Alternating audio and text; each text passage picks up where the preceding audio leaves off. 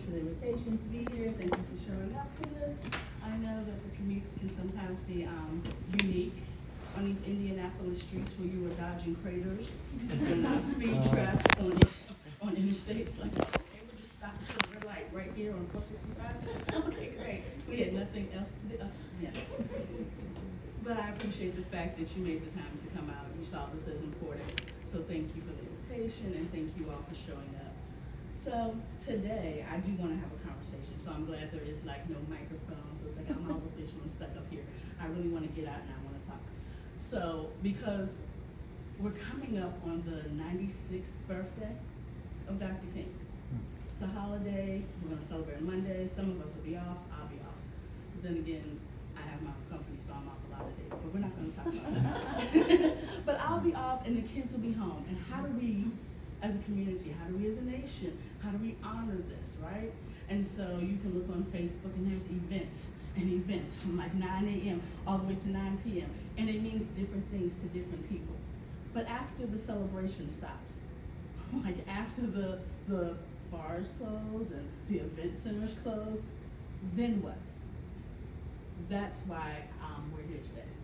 It's for the then what. So we have a cute little meeting and you guys look really good and I came and I even ironed some clothes to be here with you. And the question still is, and then what? So if we look at Dr. King and we're saying, oh my gosh, he was such a magnificent man. He was such a magnificent American. All true. But at the end of the day, he was a human. And he was a human who had to make some choices. And so if we can relate on that level, because I think I'm around humans, no aliens, no bots in here right now. Okay, cool. So at the end of the day, if we're all human and we all have the same amount of bones, we all have the same skin, we all might have some extra fluff in some areas that we would like to work on, right? We all have that. That's all in common. The ground is even. And now we're all post-COVID, well, the big COVID, so I don't know what's going on now. But we're all post-COVID, so we all have that equalizing experience as well. So now what? We're building community. So now what? So now we have to decide with our humanity, what do we want to do? What dream do we have that we want to outlive us? Because King has been gone for 55, 56 years, and we're still talking about a dream. But it wasn't just a dream. It was a passion. It was a pursuit. It was a lifestyle. It was a calling. Where he was as a Baptist minister was not just enough for him.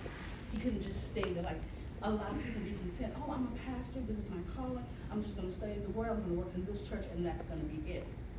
But I feel when I follow my passions, or when I'm not following my passions, I feel a discontent. Like I'm fidgety. I don't want to be here. What's the next thing? What else can I do?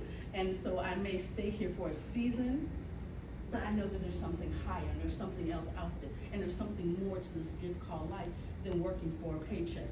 So what is it? So in my humanity, I have to tap into what is that purpose? What else could I possibly be here for? It cannot just be to commute up and down 465. There has to be something deeper, something higher, something more meaningful. And sometimes people think, oh my gosh, I don't have a big platform. You have a family. You have neighbors. You have community. I mean, unless you're isolated and, that's a whole other thing. But we have internet, and we have cell phones, and we have groups, and we have connections that we can continue to make and improve upon.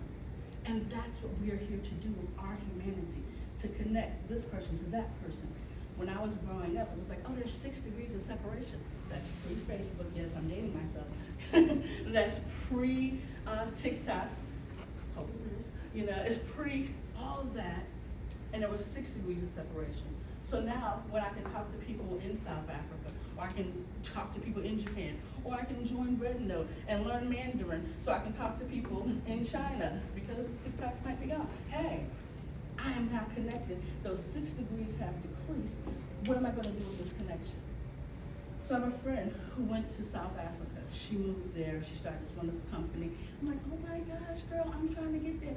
And it seems like every time I try to get there, life gives me a new baby. And I'm like, no, not traveling to South Africa with a new baby.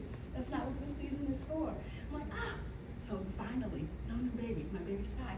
We're going to South Africa next year. So excited. But in order to get to South Africa, there's some things I want to do. Like, I want to go on safari. But can I outrun a cheetah? No. Okay. Do I even commit to my gym membership that I'm paying for? No. So there are some things that I need to do here in preparation for that. So wherever you are in your humanity, in your journey, in your bigger vision, there are some small steps that need to be taken. And there are some commitments that need to be put in place. So if we're looking back to Dr. King, we're saying, oh my gosh, he was this great man. He also had a great team. You heard in the video, he was not alone in this. He was not the entire Southern Christian Leadership Conference, right? And out of that movement comes the Rainbow Coalition, it comes PUSH, it comes to Barack Obama, it comes all these other people. But it had to start with him making a conscious choice and then surrounding him with people. So when that conscious choice got hard, difficult, almost impossible, he had to realize, okay, this is mission possible. And that is the 2025 theme for the Martin Luther King Foundation, mission possible. Because it looks a certain way here does not determine how it will look. And just because the sun is outside right now doesn't mean it's warm, right? Because you go outside with no coat on, something's gonna happen, you're gonna have some consequences. So what we see now in terms of like legislature and things that are going on out there, those are big things, those are macro things. We can't really focus on that the whole time. You will get lost in that. What we can focus on is the micro. We can focus on the day-to-day interactions. We have, in the United States of America, something called the loneliness epidemic. How are we more connected and less connected at the same time? How is it the best of times and the worst of times still? How? Because a lot of us are not looking for that big picture or that purpose. Some of us got real content working from home and staying in our little isolated silos. And then people are like, come back to the office, or come back over here, come back to church, come back to this. And we're like, not so much. I think I just kind of want to stay in my silo. But history will tell us, the prison system will tell us, churches will tell us, it is not good for us to be alone. You can do some things alone. You are dynamic people, I can see it. Yeah. You can do some great things alone. But when we partner, when we exchange ideas, when you allow a little country girl from rural Virginia to come to your beautiful office in Carmel, Indiana, things can happen. It starts with a spark, and then we build around that spark. So what happened? There were injustices going on across the nation, right? And then people were like, oh my gosh, it's really bad down here in the South. It's really bad. And at that time, they did not have the internet. They didn't have all the news feeds. So they're writing letters, they're typing up news articles. Didn't give it justice, because sometimes there are not enough words, right? We can write to, we're blue in the face. We can sign all the petitions that people want. It's just not enough words. But one day, someone took a news camera down south and was like, let me get this on film. Let me show the dogs actually attacking. What does that look like? To say dogs attacked man, compared to let's give you a visual of an actual dog, mouth open, flaring out, attacking a human being for just wanting the respect of being a human being. What did that look like? And when that image went around the world, oh my gosh, now we have a bad reputation. Because words are good, and we should absolutely read and all that. Pictures are worth 1,000 words. So that image goes out, it goes around the world. People are calling up America. What y'all doing? What is going on, America? Oh no, we got it under control. More images, more pictures, more press. People are in jail, in prison. King is writing letters while he's incarcerated. Look, this is what is going on, this is how it is, boom, boom, boom. So now the words and the pictures are going together. So now, oh, we're getting more traction and more traction. But did he say, let's do it the violent way? Let's go out there and stab some people? No, he didn't say that. He's like, we're gonna do this another way. We're gonna have nonviolent resistance. What does that even mean? It means we are going to take this team and see what the problem is, come up with some solutions for the problem, submit the solution. Oh, they didn't want that solution? Okay, we're gonna hit them where it counts, in the wallet. Anytime you want real change, you gotta follow the money trail. And once you get to that money trail, you're like, oh, you make money off of our bus riders going to work. Cool, How many of y'all got cars? How many of y'all got vehicles? How many of y'all kept up on your gym membership so you can actually walk? Yeah. How many of y'all did that? Cool, let's use all of those methods and take the money out of this business and see what happens. 30 days, all right, well, we're like, okay, we can do this, we got this, 30 days. King is taking longer than 30 days.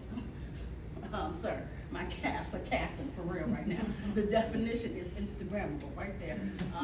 Then 60 days, 90 days, how long is this gonna go on? Where is our end goal? The end goal is change.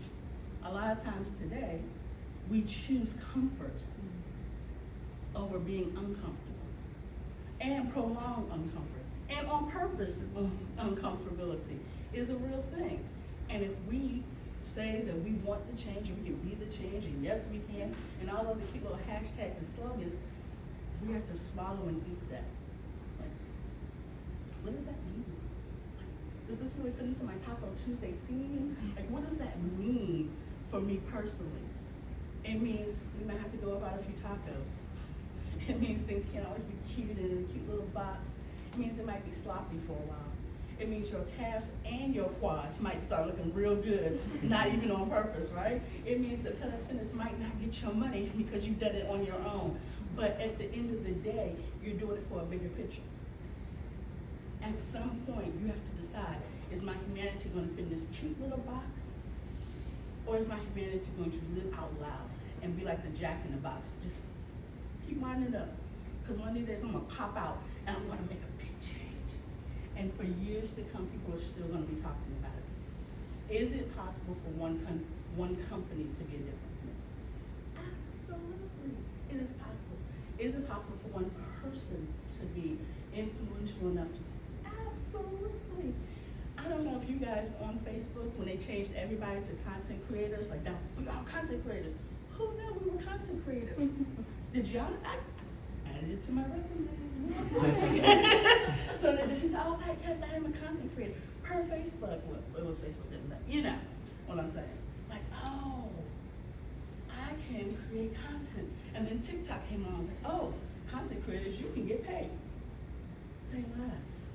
I can use my platform to promote new ideas or old ideas, revamped, put some glitter on it, and I can make a difference. And I can make a difference here, and I can make a difference today. And sometimes we get so weary in the well-doing because it's not popular, it's not always cute, you can't always put a belt on it, and sometimes you have to actually break out a sweat and risk your calf muscles to make it happen. But I am a firm believer that it can happen. How do you know? So glad y'all asked. Okay, so this is what happened. I moved to Indiana 12, 13 years ago, so I guess I'm official Hoosier now, right? And so during that time, it's like you're looking for employment when you relocate, and a lot of places look good online, right? And I was like, I know the big picture, but for right now, I just need a job. And so I got hired with an employment agency that sent me to this wonderful company, or so I thought. I get in there, I get into training, and then I start researching the company. I am working in a small division of this huge company, and I'm like, I can be passionate about this, absolutely. So for this part, I'm passionate. But then I start researching the company, and some of the other things that they do, and some of the other offices that they have. And I was like, oh, wait a minute. This doesn't line up with my big picture. I can't really be associated with this. What am I to do? Because the bills are still coming. I'm a transplant, and I signed this rental agreement, and I told them I was employed, so I kind of have to keep that employment up, right? And so then had a heart to heart with hubby, like, hey, my heart says this, and he was like, the bills are still coming. You can make all the hard choices you want, as long as the bills get covered. I was like, okay, wait, I quit. That's not what I thought you were going to say. That's not what I thought you were going to say. It's exactly what you thought I was going to say. So we've been married for a minute. You know I'm a hard person. Stop playing with me. Because sometimes you have to do the puppy eyes. And so I left the company, and I left, and I gave them this wonderful letter of why it wasn't lining up. And so the employment agency was like, what happened? I was like, look, I applied for this position in this department after further research, this doesn't line up with this. However, I was able to make some connections there that led me to another thing, that led me to another thing, which is why connections are important. I'm not saying sharpen up your resumes and leave this company. This company seems cool, okay? Don't do that. I'm just telling you my piece of the story, right? So, after I left that company, I was like, oh my gosh, I'm gonna continue to follow my heart. And ever since then, every place that I've landed, every other business that I've worked with has something to do with my heart mission. Like, oh my gosh, she's a residential counselor because the babies need help. Oh my gosh, she's a parent mentor because the parents need help. Oh my gosh, she's an advocate in the court system because Lord knows they need help. Oh my gosh. And even with all of those places, I was just like, it's not the big mission. And so the biggest mission was, hey, you need to continue life coaching. You need to continue your one-on-one, you need to continue your groups, you need to continue to meet people where they are and help them map out the steps to get to where they want to be. And so with that, even after I founded a whole nother company in 2007, yeah, I stepped away from that because the heart is the mission. And so far so good, the bills are still getting paid. So I'll be smiling and I'm smiling too, like yes, and my heart is smiling. Because I don't have a dream, I have multiple dreams. Like I was allowed to grow up during a time where you could just go outside and play, right? And so I'm playing with sticks and trees and rocks and bushes and even deer because the deer would come up to me, that's a whole nother issue. I'm a pure country girl, like I grew up next to a cow pasture across from the railroad tracks down the road from the cornfield. Like I'm country, like I could have came here in some overalls today and been real comfortable with y'all.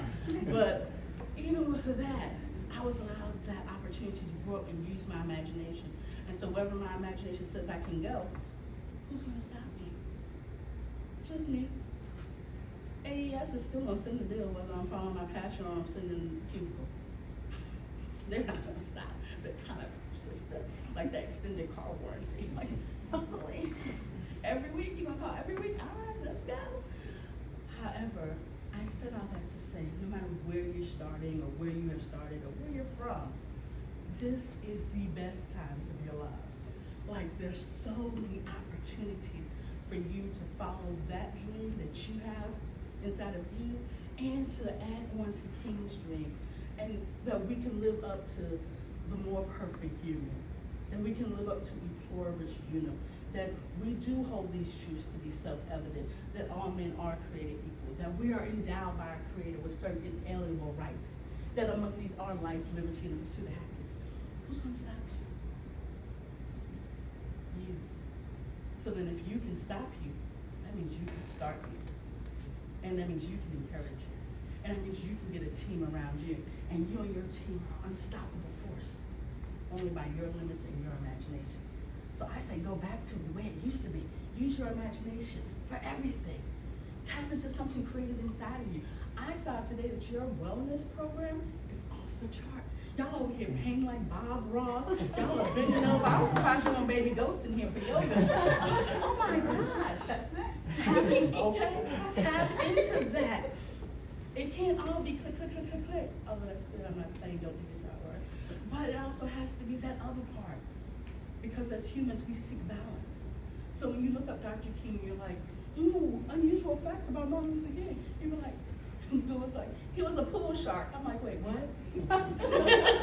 Google, are you defaming Dr. King? What is going on? But he's human. Remember I said that. Same amount of bones, same amount of skin. He was allowed to have fun. You're allowed to get that balance in your life. And I think this company is doing a really good job of providing you all with some opportunities for that. And I think that we are in a great time and a great city outside of this tundra thing we got going on now. Outside of that, like you're in a great area that really stands behind people and passions. Like there's a group for everything on Facebook and in Carmel and in Indianapolis. Like you're like, I like one-eyed frogs that limp and have crutches. Oh my gosh, there's a group for that. What? Like, so I'm a turtle lover. I just got a pet turtle a while ago. I'm a part of 16 turtle groups. Who knew that regular sliders have their own Facebook page? But they do, and my turtle chopper's on there, posing.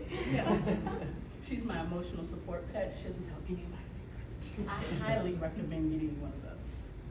But in all seriousness and in closing today, as you guys are keeping the dream alive, keeping the fire burning, it starts with you. It starts with you as an individual making a choice and then joining or building a team. I promise you, there's a Facebook group for everything. Go for it. Come out of the silo, mark your territory, point yourself in the directions of your dreams, and go for it. Thank you.